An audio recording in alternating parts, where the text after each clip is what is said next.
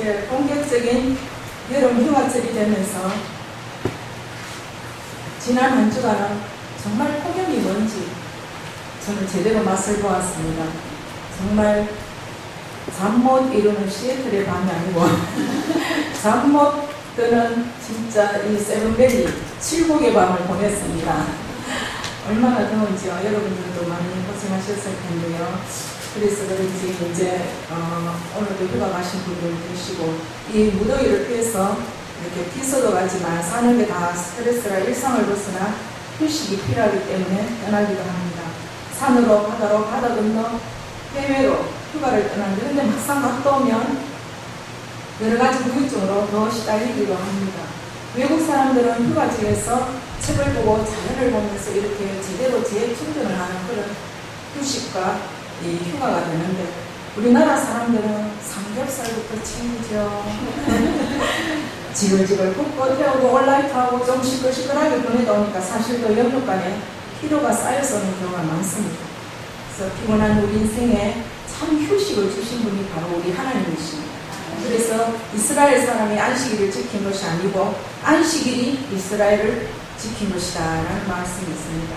하나님이 주신 주일은 주 안에서 쉬는 날입니다. 주님께 예배하며 쉬는 것이죠. 이 시간도 평안함과 은혜, 응답이 있는 가장 행복한 쉼을 누리시기 바랍니다. 저는 오늘 독수리 날개쳐 올라가듯 이러한 제목으로 함께 은혜를 나누고자 합니다. 제목을 함께 따라 하실까요? 독수리 날개쳐 올라가듯 독수리 날개쳐 올라가듯 독수리 날개쳐 올라가듯 독수리 날개쳐 올라가듯 예, 독수리 날개쳐 올라가듯이 뭔가 좀 올라가는 것이 있으면 좋겠다는 그런 간절한 기대와 바람이 있다는 것이죠. 뭐가 올라갔으면 좋을까요? 예출 이상 올라가면 큰일인데요. 전에 우정진 목사 우리 교회 왔을 때 빛 가운데 사시는데 처음에는 못 알아들었어요. 저 정말 생각이 천원이가 되더라고요. 위로가 되고 우리도 빛 가운데 살고 있는데 이렇게 걱정이 없으니까. 하나님 정말 든든한 하나님이십니다. 오늘은 저와 여러분은 주님이 주시는 새 힘이 날마다 솟아오르시기를 축원합니다. 우리가 신앙생활 하다 보면 수차례 어둠의 긴 túnel 같은 그런 시간을 지나게 됩니다. 여러분들은 어떤 어려움들이 있었는지 또 겪고 있는지 잘 모르겠지만 저는 아무도 믿지 않는 불신 과정에서 제가 처음으로 신앙생활을 하고 보니 믿는 과정이 제일 부러웠습니다. 가족이 많이 앉아서 찬양하고 기도하고 예배하는 그 뒷모습을 보면서 저는 한이 맺혀서 울기도 많이 울고 그래서 우리 강도사님이 장로님 가정의 아들이다. 그냥 눈이 번쩍 뜨여가지고요. 눈이 지금부터 가지고 그때는 키도 안 보이고 묻지도 않고 따지지도 않고 결혼했는데 어느 순간에 항상 신혼은 아니죠. 신혼에 방송이 깨어나고 보니까 키가 보이는 거예요. 아 벌써 이제 어찌하리. 다른 거를 다 고칠 수 있으면 키를 늘릴 수 있으면 예? 어떻게 할 수가 없네요. 머리에 흰머리 염색하면 되지만 머리 없는 걸 심으면 되지만 키는 어떻게 할 수 없더라고요. 그때 정신이 들어서 제가 보였습니다. 근데 괜찮습니다. 지금은. 벌써 땀 나가지고 막 그걸 쳐다보지 마세요. 저거는 굉장히 수치고 안 쳐다보다 이미 보여졌습니다. 해가 나가 떠오르고 있어요. 그래서 제가 믿는 과정에 막 한이 맺혀가지고 저는 한이 맺혔으니까 결혼식도 교회에서 하게 해주시고 아무리 훌륭한 예식장도 저는 필요 없고요. 그냥 교회에서 목사님이 주례하에 그렇게 결혼하게 해주세요. 그걸 기도했는데 그대로 이었어요. 아무도 안 믿는 우리 주변 가족들이 오케이 해가지고 이거 하나님 은혜 아닙니까? 예, 그렇게 결혼식을 했는데 너무 행복했어요. 그 교회에서 결혼식 하는 것을 보고 우리 제일 장난 오빠가 교회를 갔습니다. 이 교회에서 청년들 교회에서 결혼식 왔어요. 우리 목사님 주례하에. 그러면 큰 몽이 말 것입니다. 그런데 그렇게 교회에서까지 결혼도 하고 하긴 했지만 이 모태 신앙이요. 아시죠? 그렇더니 좀 뿌리가 있어서 흔들리지 않는 그 저력은 저는 인정합니다. 봤기 때문에. 그런데 불이 없다는 것. 이 냉랭하다는 것이 굉장히 저로서는 참을 수 없는, 견딜 수 없는 갈등과 스트레스가 많았습니다. 피곤하다고 꽃감 빼먹듯이 예배 다 빼먹고요. 금요 기도에도 사정사정해서 무릎 꿇고 눈물로 사정해도 잘 안 가려면 어느 날은 가더라고요. 그래서 억지로 같이 가주십니다.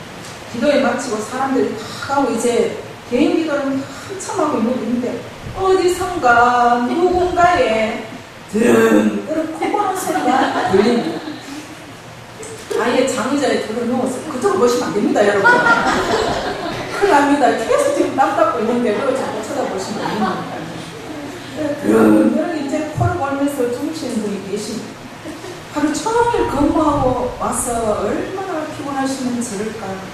제가 그런 착한 생각을 했어요. 안 했죠. 그때 못했어요. 함께 기도로 저희가 질주해도 부족한 상황에 어쩌면 저희 태풍입니까? 그래서 저는 더 속이 터져서 울며 하나님께 기도합니다. 뒤에서는 코 고는 소리요, 앞에서는 통곡하는 소리요. 참 기가 찬. 기도가 끝나면 이제 깨워서 집에 가고 하는데 그래라도 나오지니까 얼마나 감사해요. 이거 지금 사모하는 사람 있지요? 네. 어쨌든 지금 하나님이 완전히 바꿔주셨어요. 기도하는 거 보면 합시다. 2시간도 같이 기도하는 참 감사하죠. 근데 제가 4월에 이제 발을 심하게 다쳐서 걸을 수가 없게 되었어요. 하나님의 일만 하라는 그 말씀을 어기고 세상 일을 하려다 이제 그렇게 되었는데 3년 동안 이 병원 갈 때 외에는 혼자 외출도 못하는 그런 신세가 되고 이제 앞으로 걸을 수 있으리라고는 상상도 하지 못했어요. 이제 이렇게 걷게 된 지가 이제 한 13년 정도 됩니다. 처음엔 걷다가 길이 자꾸 주저앉았어요. 신호등 그거 뭐 한 1분 걸립니까? 파란불. 그걸 서서 기다릴 수가 없어서 쭉 안 섭니다. 그럼 이 옆에 있는 분은 쪽팔린다고 자꾸 신발로 들어 올리면 재밌거든요. 일 나라고. 저는 기분이 없어서 일을 아직 못합니다. 그리고 오래 걷지도 못했습니다. 근데 이 문제가 된 것이 점점 이제 과거의 모든 일들을 전혀 기억하지 못하고 아주 가족 같은 지인의 이름 그리고 내 나이, 남편의 나이도 기억할 수 없다는 사실입니다. 그리고 숫자 한 자릿수도 더하고 빼고 계산도 할 수 없는 제 모습을 보면서 저는 굉장히 절망에 빠졌어요. 삶의 의욕을 완전히 상실했어요. 성경에는 먼지가 고얗게 쌓여갔습니다. 유일한 목자가 텔레비였습니다. 마치 박넝쿨 아래 요나처럼 사는 것보다 죽는 것이 낫겠다. 우울증에 이제 심하게 빠져들기 시작했습니다. 우울증이 위험한 것은 죽음을 구체적으로 계획하고 실행합니다. 그래서 위험합니다. 그런데 제가 이제 우울증을 제 삶을 포기하려고 밥 먹고 이제 실행에 옮기려고 했었던 그날 그 시간 그 찰나에 교회에서 때로 몰려와서 신방 예배를 드리는 가운데 하나님께서 쓰임을 주셔서 완전히 회복이 되어서 지금 이렇게 살아있습니다. 할렐루야. 그러니 예배가 얼마나 중요합니까 여러분. 그래서 제가 세일에서도 늘 부릅니다. 예배가 생명입니다. 예배 빼먹지 마세요. 예배 회복하세요. 예배 잘 드려야 됩니다. 예배는 생명입니다. 내가 예배로 인해 살아났으니까요. 실제로 경험했잖아요.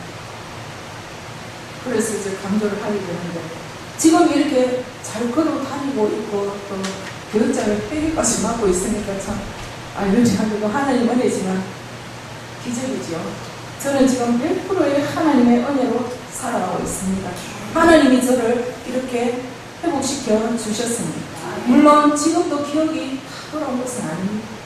그렇지만 그로 인해 하나님 더 의지하게 되니까 그게 더 큰 복이라 믿습니다. 성경을 보면 하나님께 엄청나게 큰 복을 받았던 사람들 가운데 솔로몬 왕을 들 수 있는데요.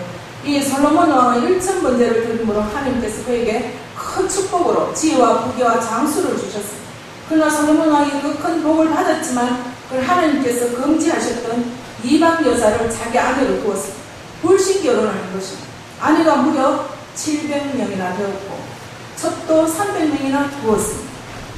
우리 남성분 안 놀라시네요. 700명에 첩이 300명, 1000명입니다. 그들은 솔로몬이 노년의 나이에 접어들었을 때 솔로몬으로 하여금 우상숭배를 하도록 그의 마음을 돌이켰습니다. 우리 오전 예배 때 유일하신 하나님만 섬기라고 말씀을 들었잖아요. 하나님께서는 수많은 선지자들을 보내어 솔로몬이 회개하고 다시 하나님께로 돌아올 것을 촉구하셨지만 솔로몬은 하나님의 음성을 듣지 않았어요. 그 결과 솔로몬이 죽자 이스라엘 나라는 이 두 개의 나라로 갈라지게 되었죠. 지금 우리나라와 북한처럼 하나님의 백성들이 둘로 나눠지게 되었다는 것입니다. 남쪽은 솔로몬의 계통을 이어 유다 왕국이 차지했고 북쪽은 하나님께서 뽑으신 새로운 왕 여로보암이 다스리는 이스라엘 왕국이 차지했습니다. 성경의 그 열왕기 상하와 역대 상하를 읽어보시면 이 바로 두 분열 국가들의 역사와 저지른 제약들을 낱낱이 기록한 책들입니다. 그 두 나라들의 역사를 보면 하나님께 대한 계속된 반역과 속임수, 이 살인들로 점철되어 있음을 알 수 있습니다. 그들은 천지를 만드신 하나님께로 돌이키지 않고 어려운 순간일 때마다 돌이나 나무를 사람 모양으로 깎아서 그것들을 섬기고 의지하곤 했습니다. 그 결과 그들은 다른 나라의 포로로 이제 끌려가게 됩니다. 북쪽 이스라엘 나라는 세워진 지 210년 만에 아수르의 그 포로로 끌려가게 됩니다. 지금의 이라크 북부 지방에 해당하는 당시 이 아수르라는 나라는 가장 강대한 국가였습니다. 그리고 인류 역사상 가장 잔인한 정복 민족이 바로 아수르입니다. 아수르는 다른 나라를 정복하면 그 나라의 사람들 신체 일부를 잘라서 자기들의 성문에 매달아 놓았다고 합니다. 그런 나라에 포로로 끌려갔으니 이스라엘 민족이 당하는 고통은 상상할 수 없는 크나큰 고통의 나날인 것입니다. 사랑하는 가족들과 친구들 모두 죽고 낯선 땅에 끌려와서 하루 종일 강제 노동을 하는 삶에 무슨 내일이 있고 소망이 있겠습니까? 그런 상황에서 그들이 했던 말과 또 하나님께서 주신 말씀이 바로 오늘 본문 27절 이하의 말씀입니다. 개혁 한글 성경을 읽으면 야곱아 네가 어찌하여 말하며 이스라엘아 네가 어찌하여 이르기를 내 사정은 여호와께 숨겨졌으며 원통한 것은 내 하나님께 수리하심을 받지 못한다 하느냐. 하나님이 나의 겪는 이 고통을 어찌 아시겠노? 하나님은 어떻게 나의 이 원통함과 답답한 것을 해결해 주실 수가 있겠는가? 하나님은 우리를 이 강대국 아수르에서 우리를 결코 구해낼 수가 없어. 그렇게 탄식할 때 이사야 선지자는 그들의 말에 답답함을 이기지 못하고 소리칩니다. 야곱아 이스라엘아 너는 알지 못하였느냐 듣지 못하였느냐 영원하신 하나님 여호와 땅 끝까지 창조하신 이는 피곤하지 않으시며 곤비하지 않으시며 명철이 한이 없으시며 피곤한 자에게 능력을 주시며 무능한 자에게는 힘을 더하시나니 소년이라도 피곤하며 곤비하며 장정이라도 넘어지며 쓰러지되 오직 여호와를 낭망하는 자는 샘을 얻으리니 독수리가 날개치며 올라가면 같을 것이요 바람박질하여도 곤비하지 아니하겠고 걸어가도 피곤하지 아니하리로다. 할렐루야. 여기서 야곱과 이스라엘은 둘 다 이스라엘 민족 전체를 가리키는 말씀. 저와 여러분은 영적 이스라엘, 저와 여러분에게 말씀하시는 것이 야곱아 이스라엘아 이렇게 똑같은 말을 반복함으로 그들이 하는 말이 너무나 답답하고 어리석음을 탄식하고 있는 것입니다. 이사야 선지자는 그들에게 두 가지 중요한 사실을 가르쳐줍니다. 첫째, 하나님께서는 우리의 사정과 원통한 것을 다 아시고 계신다. 여호와는 하나님은 명철이 한이 없으신 분이시다. 온 세상을 심판하신 하나님께서 너의 정말 그 문제를 알지 못하시다. 너의 머리끝까지 다 세시는 분이 너의 원통한 것을 어찌 모르시고 느끼지 못하시겠느냐. 그렇게 외칩니다. 두 번째는 여호와는 우리의 원통한 것을 수리해 주실, 해결해 주실 어마어마한 능력을 가지신 분이시라는 것입니다. 당시 이스라엘 민족이 겪고 있는 문제가 보통 큰 문제입니까? 어느 나라가 아수르에 이겨서 이스라엘 민족을 해방시켜 줄 수가 있겠습니까? 어느 부자가 온전히 불타버린 이스라엘 나라를 재건할 수가 있겠습니까? 우리도 신앙생활 하다 보면 국가적으로, 교회적으로, 또 개인적으로도 이 마음이 바닥을 칠 때도 있고 어둡고 캄캄한 터널을 지날 때도 있습니다. 하나님이 나를 버리신 건 아닙니다. 하나님이 나를 잊으신 것은 아닙니다. 심신이 지쳐서 깊은 신앙의 밤을 지날 때가 있습니다. 그런 상황에 놓인 이스라엘에게 이사야 선지자는 담대히 선포합니다. 영원하신 하나님 여호와 땅 끝까지 창조하신 자는 피곤하지 않으시며 곤비하지 않으시며 명철이 한이 없으시며 그의 해결 방법은 모랄보다 거수가 많으신 능력자시며 우리의 삶에 밤을 오기도 하고 또 밤이 그치게 하는 것은 하나님의 능력이 있다는 말씀입니다. 무슨 말이 필요하겠습니까? 소년이라도 피곤하며 곤비하며 장정이라도 넘어지며 쓰러지고 우리가 아는 대로 소년은 젊음의 상징이며 장정은 힘의 상징입니다. 시대가 아무리 변해도 이 사실은 변치 않습니다. 그런데 우리가 너무나 당연히 생각하는 또 하나의 사실은 소년이라도 피곤할 때가 있고 장정이라도 자빠질 때가 있다는 것입니다. 그러나 창조의 하나님은 피곤하시지도 않고 곤비하시지도 않습니다. 피곤과 곤비가 나오는데 둘 다 비슷한 말이죠. 히브리어에서 같은 뜻을 가진 단어가 두 번 반복을 한다는 것은 강조의 뜻이 있습니다. 하나님은 절대로 힘이 들지 않는다는 것입니다. 육체가 없으시기 때문입니다. 육체가 없는데 어떻게 피곤함을 느끼겠습니까? 피곤하다는 뜻은 육체가 있다면 만물의 영향을 받고 있다는 말씀입니다. 오직 피조물만이 피곤하고 곤비함을 느끼는 것입니다. 하나님은 창조주시고 전능하시고 영이시기 때문에 피곤하시지 않습니다. 그래서 현실을 보면 소망이 없기 때문에 지치고 피곤함을 느끼는 인생을 의지하지 말고 하나님만 바라보고 기다리라는 것입니다. 시편 62편 1, 2절 말씀에 나의 영혼이 잠잠히 하나님만 바라며 나의 구원이 그에게서 나는도다. 오직 저만 나의 반석이시오 나의 구원이시오 나의 산성이시니 내가 크게 요동치 흔들리지 아니하리로다. 할렐루야. 우리가 하나님께 나와서 기도가 안 나오면 아무 말도 안 하고라도 하나님을 잠잠히 바라고 기다리면 하나님이 말씀을 주시든지 성령의 감동을 주시든지 치료의 손길을 나타내시든지 하나님의 역사가 여호와를 앙망하는 자에게 반드시 임하시게 되는 것을 믿으시기 바랍니다. 영원하신 하나님, 땅끝까지 창조하신 하나님이 나를 붙들어 주시고 함께 하시면 되는 것입니다. 이 땅에 끝까지 창조하시고 나서도 피곤하시거나 곤비지 아니하신 그 하나님께서 한좀 저같이 망한 이스라엘 나라를 아무리 강대한 아수르 제국이라 할지라도 그 손에서 능히 해방시켜 주실 수 없으시겠습니까? 지금 우리의 그 문제에서 능히 구원하실 수 없으시겠습니까? 그렇게 못하신다면 아무리 위대하신 하나님이라도 우리와 그분이 무슨 관계가 있다는 것입니까? 그분이 피곤치 않다고 우리까지 피곤치 않은 것은 아니죠. 그분이 명철하시다고 우리까지 똑똑한 것은 아니지 않습니까? 그러나 이사야 선지자 29절에 말씀하십니다. 피곤한 자에게 능력을 주시며 무능한 자에게는 힘을 더하시나니 천지를 지으신 하나님께서 하나님 저 피곤합니다 라고 고백하는 자에게 능력을 주십니다.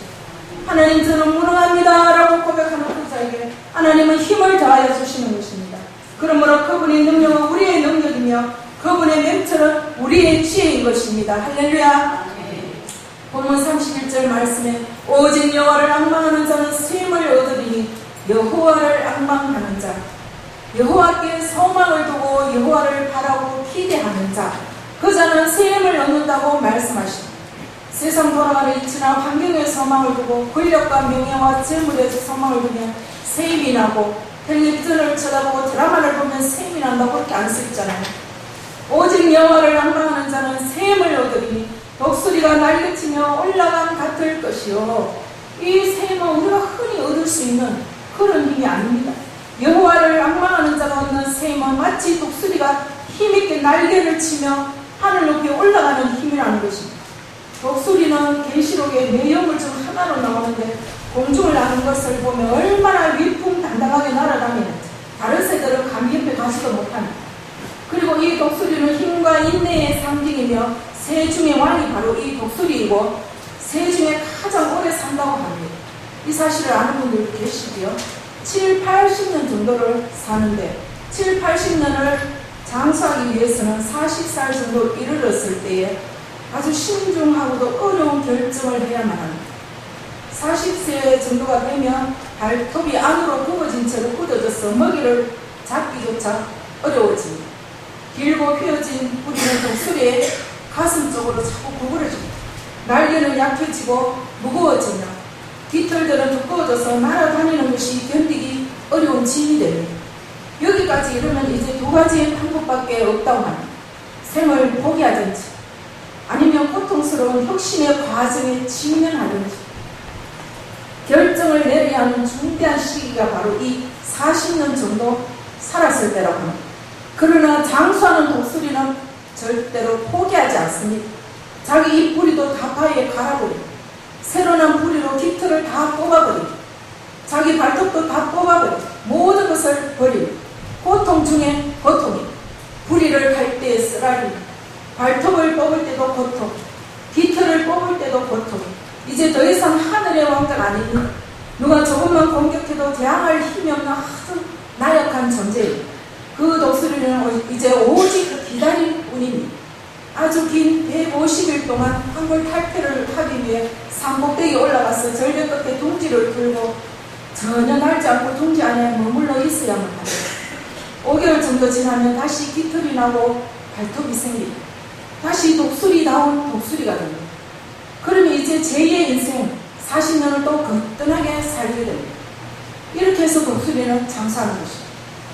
이렇게 새롭게 태어난 독수리는 새 힘을 과시하며 날개를 치며 올라가서 상승 기류를 탑니다. 상승 기류를 타고 서서히 하늘 높이 올라 하늘의 왕자답게 위엄을 나타내며 위풍당당하게 날아가는 것입니다. 여호와 하나님을 앙망하는 자에게 그렇게 성령께서 새 힘, 독수리처럼 새롭게 된 그 힘을 공급해 주시겠다는 말씀입니다. 그러니 어떻게 소년과 장정을 독수리와 비교하시겠습니까? 힘 있는 장정이라고 독수리를 두려워하지 않겠습니까? 세상에 아무리 강한 힘이라도 독수리가 하늘로 치솟아 올라가는 것을 막을 수가 있겠습니다.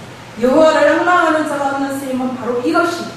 전 성령을 달려도 곤비치 않고 사막을 들어가도 피곤치 않는 힘, 여호와를 앙망하는 자가 얻을 수 있는 새 힘, 성령의 힘을 사모하시고 받아 누리시기 바랍니다. 아멘. 시편 103편 4-5절 말씀에 네 생명을 파멸해서 속량하시고 인자와 긍휼로 관을 씌우시며 좋은 것으로 네 소원을 만족해 하사 네 정천으로 독수리같이 새롭게 하시는도다.